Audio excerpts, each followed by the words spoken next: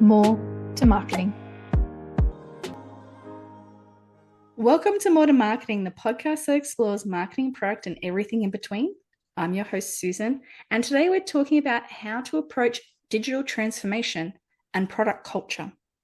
With over 30 years' experience in the internet and IT market, I'm so pleased to introduce Joca today.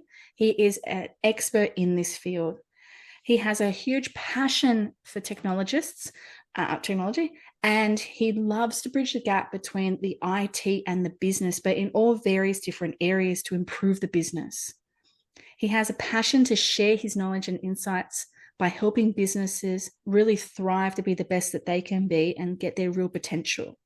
But why am I still talking? Let's talk to Joca. Joca, welcome, and tell us more about you. Oh, thank you. Thank you. Thank you for the invitation and for having me. So a little bit about me. I'm a computer engineer, graduated in a computer engineering school here in Brazil called ITA. It's known as the Brazilian MIT, whatever it is. Anyway, and from the college, I created my own startup, an internet service provider here in Brazil back in the 1992. So it was one of the first internet service provider here in Brazil. I sold the company to an American company, had the opportunity to work with them and to work internationally. And then I joined a friend from the college who had a hosting provider, one of the biggest hosting providers in Brazil called Local Web. I stayed there for 11 years, heading the product development and product management there and diversifying the product portfolio. From there, I moved to a company called Conta Azul, which is an ERP for small businesses, similar to Zero, which I believe it's a company from Australia or New Zealand. Yep, definitely heard of them. Yeah. And from there, I moved to a company called Gympass. Gympass is a very interesting company because they offer a corporate benefit for companies to offer to their employees access to a network of gyms and studios. It's a Brazilian company, but already with presence in Europe and US and Latin America. And there I started to see that technology is not the center of the world. Because the company, even though it's a tech company, the product was not a tech product. It's a product that is a corporate benefit. And the technology, the digital product, was only potentializing the results of the product. And then I started to realize that there is more in the world than technology. And then a company called Lopes, which is the biggest real estate company here in Brazil, was facing huge competition from startups, tech startups, and they decided to do a digital transformation. They raised some money through a follow-on offer in the stock market, and they raised 30 million US dollars and decided to do a digital transformation. And they invited me to lead this digital transformation. And I decided to accept this invitation, looking into my career and saying, yes, this is something that I need to experience in my career. So I jumped to this opportunity and stayed there for 2 years, learned a lot. Digital transformation is really, really, really difficult, but I learned a lot in this position. And from there, since 2022, I started to do consulting, coaching, workshops, training, and that's where I am. Fantastic. Sounds like you've had a lot of opportunities to be in the leading front for almost all things IT and customer facing, business facing within Brazil and Latin America and a bit beyond as well, which is absolutely fantastic, which probably led you part to one of your decisions that you made to share your knowledge, which is your book. That's right. You've actually got this beautiful book out there called Digital Transformation and Product Culture. Tell us a bit about how that started to evolve and when it started to tick in your mind that you needed to share this new understanding you had of the digital world. Yeah.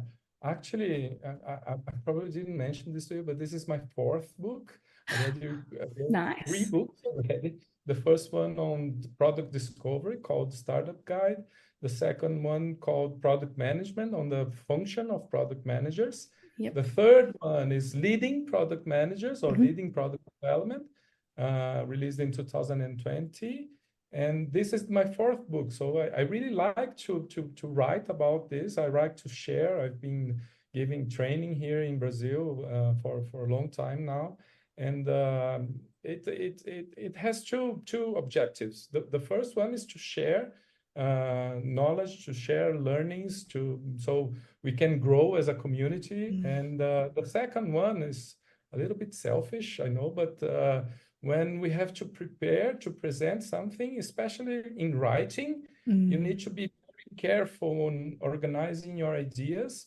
So this helps me organize my ideas and understand the concepts that I'm learning. So it helps me to present my ideas. So that's why I really like writing. I wouldn't call that selfish. That's making sure you're articulating yourself in the right way to be able to repeat what you're learning and be able to reuse it in the future. And I think it's admirable. One of the things I love is talking to people who have written books or who have a passion to write books because they really want to share. And it's not selfishness at all. It's actually caring about others to be able to learn from potentially your mistakes and then be on a better path to have better success by reading the books. Yeah, that's right, that's right. And I've been receiving so many positive feedback Mm. on the book. So it's good that it's helping me Mhm. organizing the idea, and at the same time, it's helping people to understand more about building products and learning from my mistakes also. And so it's really good. I'm Mm. really happy with it. So, what do you think is one of the biggest learnings that you got out of writing the book that you shared with everyone in it?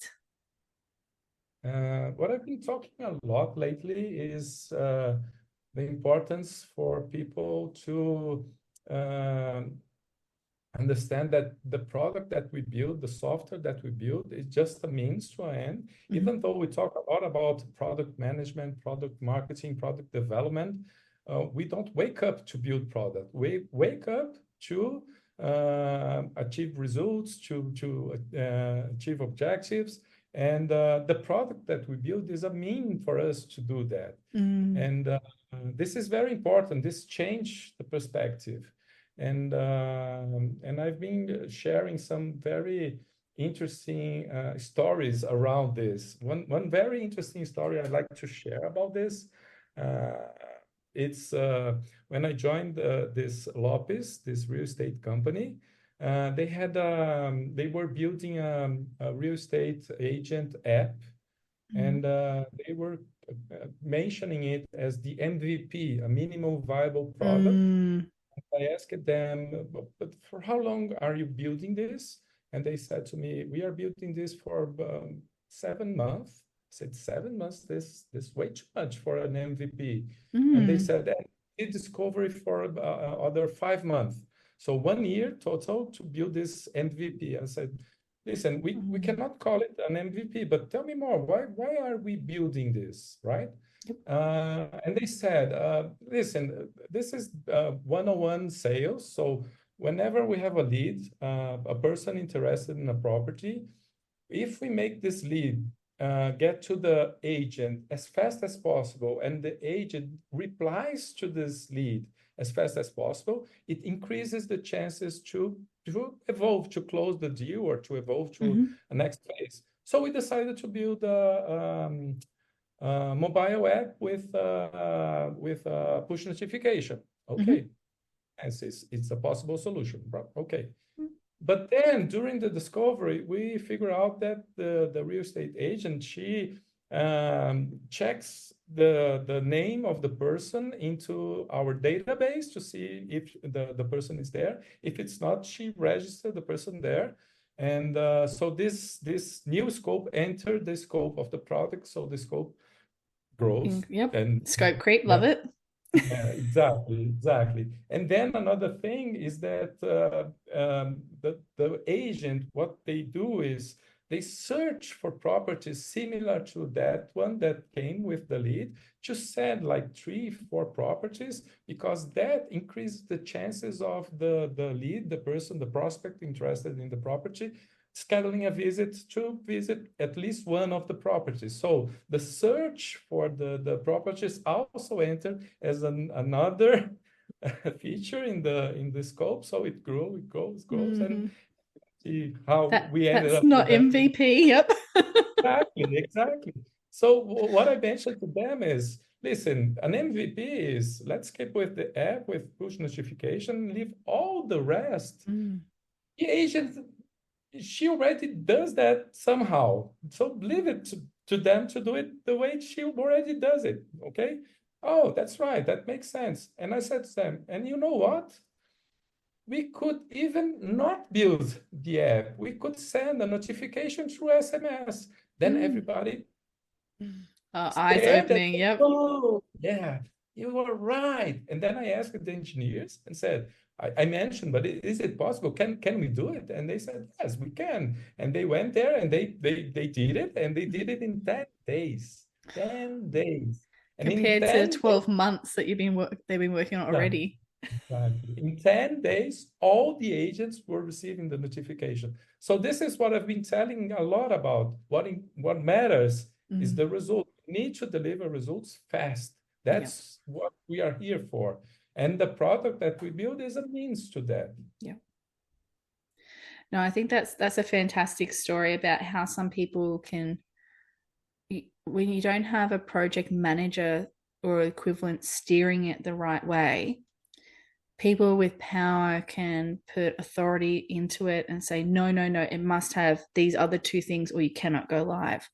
They don't strip it back to go, okay, let's get out as fast as possible and then work on what we need after we've seen behavior. Yeah, yeah, totally agree. Totally agree. Mm. So, with the digital transformation and product culture, how have you seen that change once your eyes opened to that? The product is just a means. What Yeah. have you ever actually done to change the ways people think? Yeah, that's a very good question because when we talk about digital transformation, the digital part is somewhat easy because it's about technology, it's about the things that we can find articles and read about, and it's easy. The transformation part is very difficult because we need Mm, to change how people behave. And mm, this is a lot about culture, about changing behaviors. That's why I talk about product culture in the book. And changing culture is not about saying, oh, you need to do this way, you need to do that this other way. It's not mm, about that. It's much more about examples. We need to find examples of good behaviors and bad behaviors and call out these mm, examples whenever possible. So this example that I just gave, the SMS and the push notification app, this is I was very, very lucky when I entered Lopez and I was faced with this situation of the real estate agent app because I started to use this example whenever the business people came. Oh, we need to build a new app for this or for that. We need to build a new website for this or for that. And mm, I said, okay, but what is the problem that we are trying to solve? Because mm, maybe a faster way to get to results. Do you remember the app, the push notification app? So having examples is a better way for us to implement a culture, implement the principles, the behaviors that we need to change. And then using those examples, after some time, the salespeople, the business people started to came to the digital team with still with solutions, with requests, but already bringing the problem behind the request. So, oh, mm. we think we need to build this Because because we of need to solve this, but mm, maybe we can figure out another solution. We understand that. So it's then we see the behavior changing. I love that. It's training the others to stop thinking that this is the solution, but we have a problem. What is the best solution? Give us a handful for us to consider. Exactly, exactly, exactly. Yeah, and the solution, it's this is probably the topic that I will be talking a lot in 2024. the magic of product innovation is not either in the problem discovered, nor either in the delivery. Is in this middle part that I call the solution discovery. The solution Mm, discovery, exactly what you mentioned, Susan, is uh, creating solution hypotheses and testing those solutions hypotheses to see which one is the best, the most efficient, the cheapest, the fastest to implement, you know. mhm, That's where the magic of innovation happens. mm. And I find myself that a lot of businesses still think the answer to getting in the hands of their potential customers is apps. But I find that when you're actually talking to people, the actual end users or potential end users, they're over apps. They're sick of having all these apps to download or QR codes to download. They understand that it's easy, but they've now got 100 apps or 200 apps, and they only use it once or twice a year, if that. So a lot of them, and they're taking up memory in my phone, and then they've got all these other concerns that come out about particularly old generations don't have enough memory for my pictures and things like that. So for me myself, I've been watching this, and as long as what you're creating is mobile first in technology, that should cover most situations. So developing iframes and websites that use the mobile first, then people don't have to download the app. They can just save favorite links, etc., and do that on either their phone or their desktop. What are your views when it comes to that example? I totally agree with you. And again, I have a very interesting example from Lopez that maybe makes sense to share. Lopez is real estate, is B2C. It's some sort of e-commerce, but it's not an e-commerce because people don't buy, don't acquire the house through the website. But anyway, and we learned from other people. We made a benchmark with e-commerce sites, and they mentioned to us that the best conversion rate in terms of CRM, in terms of relationship with customers, is push notification. That's why all the e-commerces, they have an app, because they want us to download the app, and Mm, then they keep sending us push notifications because it has a huge conversion rate, more than SMS, more than email marketing. mm, And then we kept thinking, hey, maybe that makes sense to us as well, because we are B2C, even though we are not an e-commerce. So heck, how can we test that? Should we build our own app? Because we didn't have an end user app. Where we were building an agent app, but we didn't have a end mm, user app to search for properties. We had a very beautiful portal, but we didn't have an end user app. And we said, should we build this app, this native app? But it will take, I don't know, month. It will take a long yeah, time. they take And for time to something do. that we don't know. Mm, So what can we do? So what we decided to do is, our website was adaptive mhm, to mobile screen. So what we decided to do is to put it inside a web view, mm, um, and uploaded it to the stores, to iPhone and Google Store, and started to send push notifications, and it really showed a fantastic conversion rate, mm, but yeah, people don't download. mm. People are resistant to the, exactly what you mentioned. Yeah. It's app fatigue. It doesn't. It's not sure it makes sense to search for properties in a mobile phone. So okay, it makes sense. It Mm, has a good conversion rate, but it has another obstacle to overcome, which is making people download the app. Imagine if we had invested in building the whole native mm, app. So this is the minimum mindset that we have to build the minimum mm. thing to test our hypothesis. What is the cheapest way that we have to test our hypothesis? Exactly. And again, going back and finding the actual results.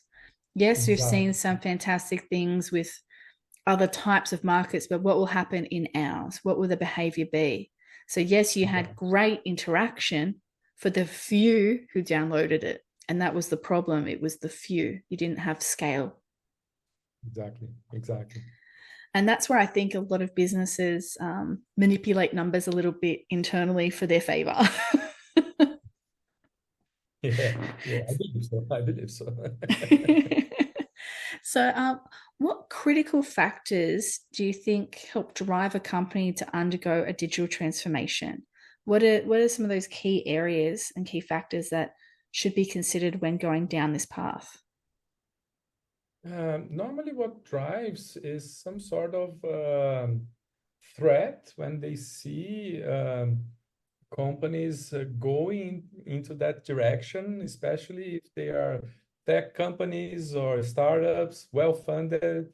That's what happened in our case in Lopes, this real estate company, because they were the biggest company here in Brazil with the real estate company, but there were other two real estate companies here, startups, one called Loft and the other one called Quinto Andar, which translates to fifth floor. I don't know why they call it that way, but anyway, those two companies, those big startups, and Lopez was very, very concerned. So that's why they decided to go into this digital transformation Mm, route.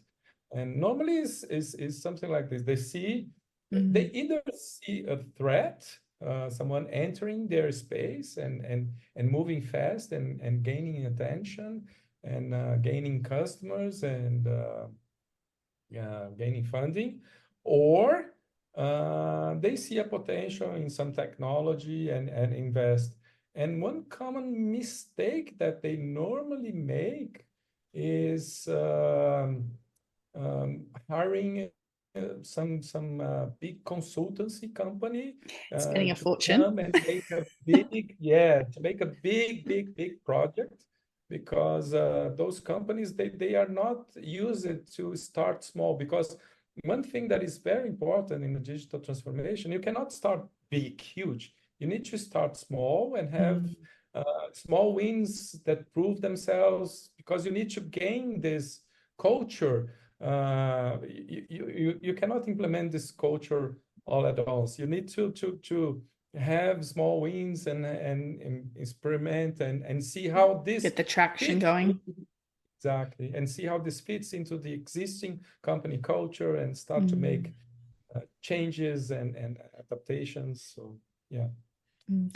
I've seen quite a lot of big agencies go into some big companies here in Australia and give very great, beautiful presentations, giant, big, long documentations that took 6 months and so many people's time because they kept doing all the interviews. But then they walk away. They don't actually help you do the process. They give it to you and go, oh, it'll be another huge X amount of money if you want us to actually handhold you. And it's like you said, it's not small pieces generally. They're trying to do a giant transformation, like, hey, let's just wipe out all middle management. Yeah. That will solve part of the culture. That will help us get a faster digital transformation. It's like, that doesn't quite work. Yeah, not at all, not at all. Yeah. What I've been seeing that makes sense is training helps, and Mm, hiring people that already have gone through digital transformation, or even better, that has already lived in a tech company that already have mm, product culture. That is the best way forward. That's actually what I recommend in the in the book, to have outside people from outside mm. helping on training, on bringing skills to the existing people in the Yep. company. But it's needed. I even tried to do that without having someone being the person in the company responsible for that, and it doesn't work. You Mm, need to have someone in the company responsible for the digital transformation, and it needs to be someone that has experience, past experience in a tech company or in a mm. company that went through a successful digital transformation. That's the way forward. I assume then a lot of that's got to do with that trust factor of when it gets announced. other team members and teams will be like, well, this person's been through it before, they're knowledgeable, we're safe. Exactly, exactly, Mm, exactly. Um, we can trust him. He at least he already went through this. He knows at least part of the path that we need to go through, you know. yeah. He knows a little bit of the obstacles that we're gonna Mm, face, the shortcuts that we may take. So that's the idea to have this person on board. mm, And this person needs to live in the company. He needs to be mm. an Be part of it. employee. Yep. Yeah. One of the things I noticed when reading some of your pieces that you've done is C suite, so C level.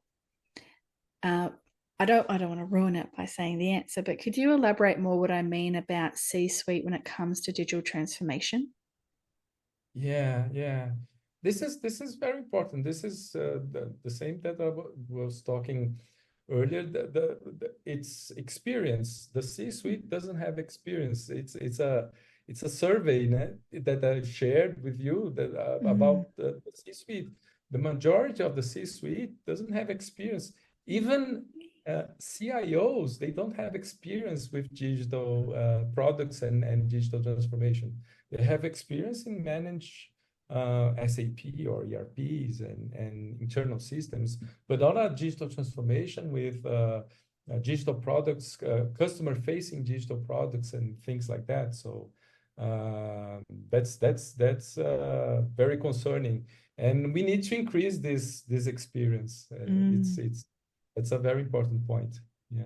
And particularly if they're going to go through digital transformation and C suite has no experience there, how can they lead? How can they even know they're going down the right path? Exactly. They need to bring, as I mentioned, they need to bring at least one C-suite that has this experience. Mm. That's the path forward. They need to bring at least one person that helps spread the word, so to speak. Exactly. And that's what the research you shared with me showed that there was a huge proportion more success if you had someone in C-suite with those skills because they could Exactly. help the ship go in the right direction compared to those Exactly. without. They almost crash and burn a lot of the time because of the mistakes made. Exactly, exactly, exactly. And one of the biggest mistakes that they make is that they believe they know what they need. For Mm. instance, the example that I just mentioned, oh, let's make an app with push notification. That's the answer to all of our problems. Mm-hmm. And let's put a search and registration of customer, and let's do everything. We need the perfect app and let's do it. And the IT team, they will only do it. And that's exactly the wrong way to do it. That's exactly the wrong way to Mm-hmm. use the IT team. The IT team, the engineers, the product managers, and the product designers, they can do much more if we are able to provide them with problems Mm. and give them the autonomy to come up with possible solutions. Exactly. And I find that a lot of the C suite aren't your end user. So they're making Exactly. all these decisions based on their personal views, but actually Exactly. don't think about who is actually going to be paying the money to use these products and services. Exactly, exactly. They think they are digitally experienced because they use, I don't know, Instagram, LinkedIn, and, Mm. and so on. They've got a few But apps. yeah, exactly, exactly. But they are not. They Mm. don't understand all the dynamics that go behind building all those apps, right? So they need to understand that there's a whole dynamic behind the scenes that make those apps so successful. That's the point. Exactly. And I think that's something that you can probably share with us some more insights that some businesses face when trying to do this transformation from the very traditional methods and then moving into more digital product led methods. What are some Mhm. examples and insights and challenges you can share with us there? Yeah, I guess that the biggest one is this one that I just mentioned, the Mm, one that the business people they come up with the solution and they say we need this app or we need this feature, we mm, need this dashboard, we need this algorithm, or we need this new AI, yep. now AI. the the fashion trend. Uh, Oh, but yes. anyway, yeah. Anyway, and AI is so old. We've been using AI for so long, but now with this Gen AI that is so closer to everyone, Mm, it's good in one sense because people can have a sense of the power behind AI, but it's not so good in the other sense because we've been using AI for so many years now. mm, There is AI. I've been using AI in products since 2018, 2017, and we mm, don't grab about it because it's just another way to build good products, good features, you know. But yeah, going back to your question, I believe that the big issue is that the business people they tend to think they know what we need to build. That's the biggest, and they don't take advantage of the big power that they have, which is having a product development team with product managers, product designers, and engineers, mm, especially engineers that are capable to come up with the best solutions, especially the engineers. The engineers mm, are the ones who know exactly what we can build. They mm, know that we have Gen AI, that we have all other technologies, and they know how to apply those technologies to solve the most complex problems mm. and not the business people. So if the Yep. business people understand this and they present this team with problems to solve, they will gain a lot. Mm. And with that, do you think like the old waterfall from I'll just use two different terms here. So waterfall doesn't seem to be fitting now for digital transformation because you don't want to do it in giant chunks. You want to Exactly. do it in smaller pieces. So have you found more agile type of sprint mentalities better when you're doing transformation projects? Yeah, yeah, that's the way to go. The waterfall doesn't make any sense at all. And when you mention waterfall, it brought me a very interesting story because when you talk about digital transformation, we think, no, that only makes sense to traditional companies. Tech companies, no, they already are transformed, right? But Mm, no, I don't. I no. think some of them are stuck where they were and don't want to change. But Yeah, yeah. Exactly, exactly. And that's a good point. When I entered Local Web is a tech company. It's a mm, big company here in Brazil. And I joined Local Web in 2005. And when I joined Local Web, we were completely in the waterfall model. When I entered there, we were building a product, and I had to write a PRD, a product requirement documents like this thick, like 20 pages, 25 wow. pages and write it down and then deliver it to the engineering team, and the engineering team said to me, oh, that's okay, leave it to us, now it's our part. I say, okay, that's fine. And then I checked with them from time to time, and no, it's everything okay, it's working fine.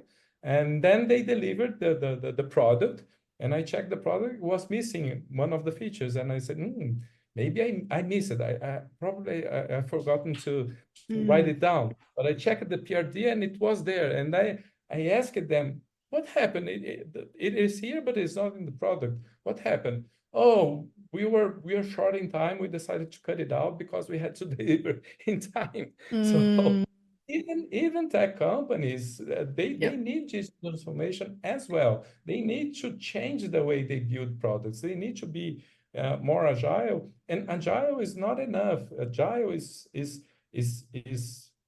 important. We need to change and deliver things in smaller chunks, but it's not enough to deliver things in smaller chunks. We need to deliver things that matter in Mm, smaller chunks. And in Agile, we only talk about delivering things in smaller chunks. We need to deliver things according to the customer, but we needed to deliver things that matter, that yep. generate results. Even when we talk about the Agile Manifesto, the Agile Manifesto was written by software developers, Mm, and they wrote it talking about better ways to deliver software.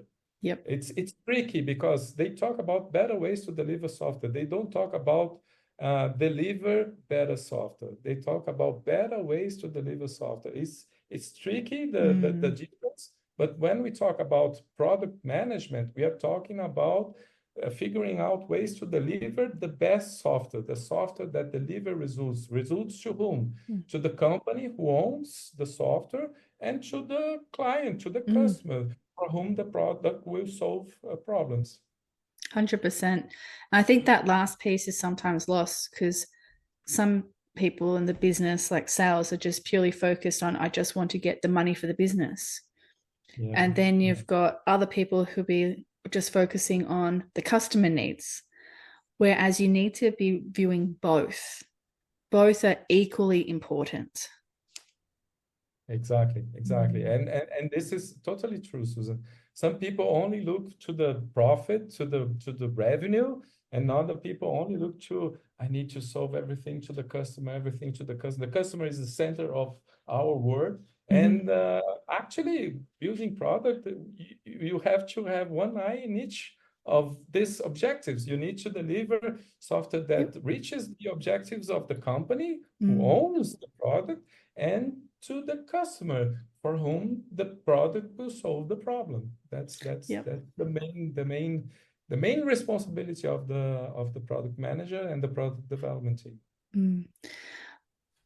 I'd love to know if you've seen any other fantastic examples out there of other transformations that have been successful or not successful that you'd like to share. Yeah, yeah. Um, well, the companies I worked for, obviously, Local Web and Lopez and Gympass as well. I'd like to mention it is a transformation as well. I mentioned this in the book as well. But I've seen companies here in Brazil that I really admire the way that they incorporated technology in their business. There is one which is a huge bank here in Brazil called Itaú. They are huge because they have more than 100,000 employees. They are Oh, really wow. big. Yeah. Yeah, they're really big. And they are doing a very good job in terms of making this transformation, this digital transformation. They have a path to go. They are in the middle of the road, but they are doing very good steps in the right direction. Mhm. There is another retailer here in Brazil called Magalu. Is traditional retailer, but they were able to also make this digital transformation. They have a very strong presence, online presence, Mm. and so yeah, those are good examples that we have here in Brazil that I really like. I even cite them in the book. I have some case studies in the book. Yep. Those are two of the case studies that I cite in the book. Fantastic. And what about a weakness or one that hasn't had its right opportunity? Are there any general examples you provide, not naming anyone, but that you've seen that could have done it better? Yeah. Even in the book, there is an example, a very interesting example of a company that they decided to do something out of their heads. They were very firm on doing that, and it went south. It didn't work out. It was an idea of building furniture because they were a furniture store, Mhm. and the store was the furniture was to be mounted by the customer in their homes, Yeah. and decided to provide some sort of a marketplace of builders to connect Okay. with the customers, to help the customers to build. And they realized it would be a fantastic idea to connect them both. And they built the marketplace, and it didn't work out because the customers wanted to have this hobby of building Mm, the furniture. They like it to do that. So they needed to talk with the customers to understand what was the problem, not taking out something out of their heads and decided, no, this is what the customer needs. mm. So they probably saw that out of 100 people, 3 people needed this service, but thought it was a big idea that could be for more, but didn't actually realize Yeah. 97% were happy. Exactly. I like to do that. This is my hobby. I do that during my weekends.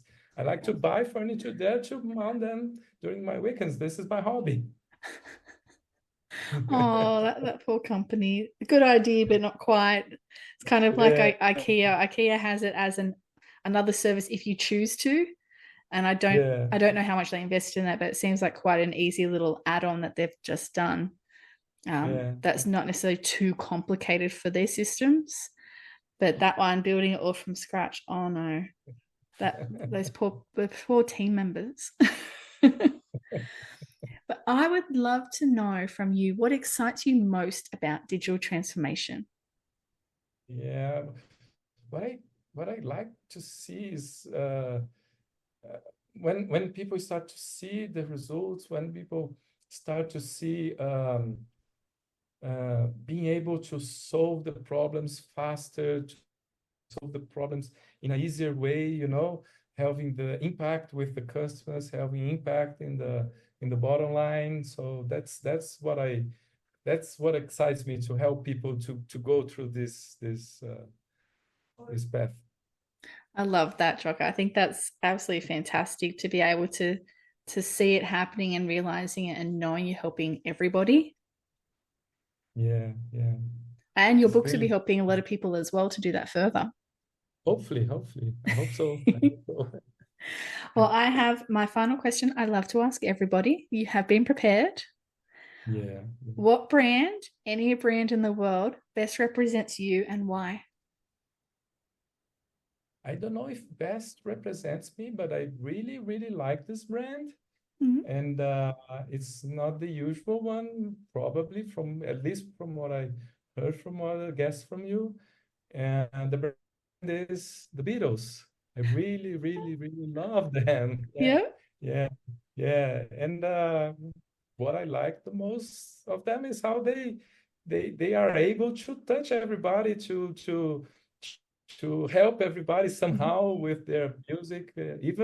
Even now, recently launching a music, the Now and Then, probably Mm-hmm. you saw, and it was amazing. They are able, even like they are 80, 81, 83, and only two of them live, and they were able to make a fantastic song that is beautiful. It's Mm-hmm. that's I really like that. If I'm able to do that to help people, like 0.5% of what they are able to do with people, I would be very happy. That's really sweet. And that goes back to everything that you share as well and wanting to help people along their path. So I think that Yeah. works really well. Thank you for sharing that one. That is different. I love it. Well, I'm just going to do a quick roundup. So, thank you so much, Joca. We have learned so much about digital transformation and the importance of culture and including that in so that the product culture is there and sound. But don't go about it in giant chunks. Don't pay exorbitant amount of money for consultants to come in and give you a giant report. Look at it realistically. Look at it as small pieces and bring in, if you don't already have it, a specialist who's already been through this and put them in the C-suite team so that you have a leader there to be able to help everyone on this journey. If they've already got the skills, that means they can share their wins and their failures and make it more stronger for the new business to be able to go through digital transformation and impact the culture in a right, positive way. The small little chunks will make things easier so that it builds momentum over time and is greater with success because you don't want to go in and shock everyone either. But when you're changing a culture, it's about partly changing a behavior, how we do things to do things better and in a different way that makes sense.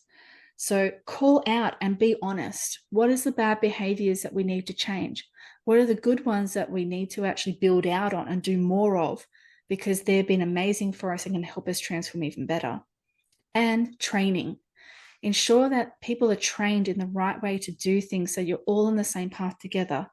It might mean bringing outside resources in to do this specialized training, but make sure you put the time and effort in there so that everyone's got the skills and tools to be able to do these changes together.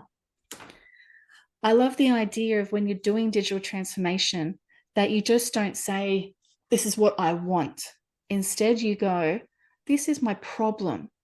Guys in product, in engineering, and the designers, please go off Give me 5 ways, 3 ways, wherever it might be, how we can solve this, because I want you to do a solution scope.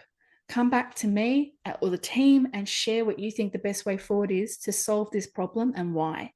Therefore, you're going to get a better result, which will be faster, probably cheaper, but ultimately better for not just the customer, but for the business, because it's a win-win situation you want to do. But again, it's all about that win-win. You want to make sure that the business and the users are in this together, and that it isn't a fight between who's making more money versus who's getting the new bits and pieces added to the product. Make sure it's everyone working together as best as you can, because you're there to make a beautiful business that works for your customer with products that they can use. Have I missed anything, Joca? No, it was perfect. I couldn't say it better. Thank you again so much for your time. I really appreciate it.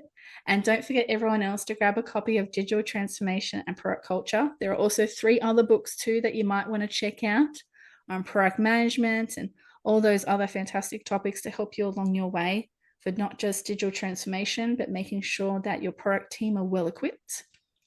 And for everyone else, add More to Marketing to your playlist so you don't miss out on fabulous guests. More to Marketing.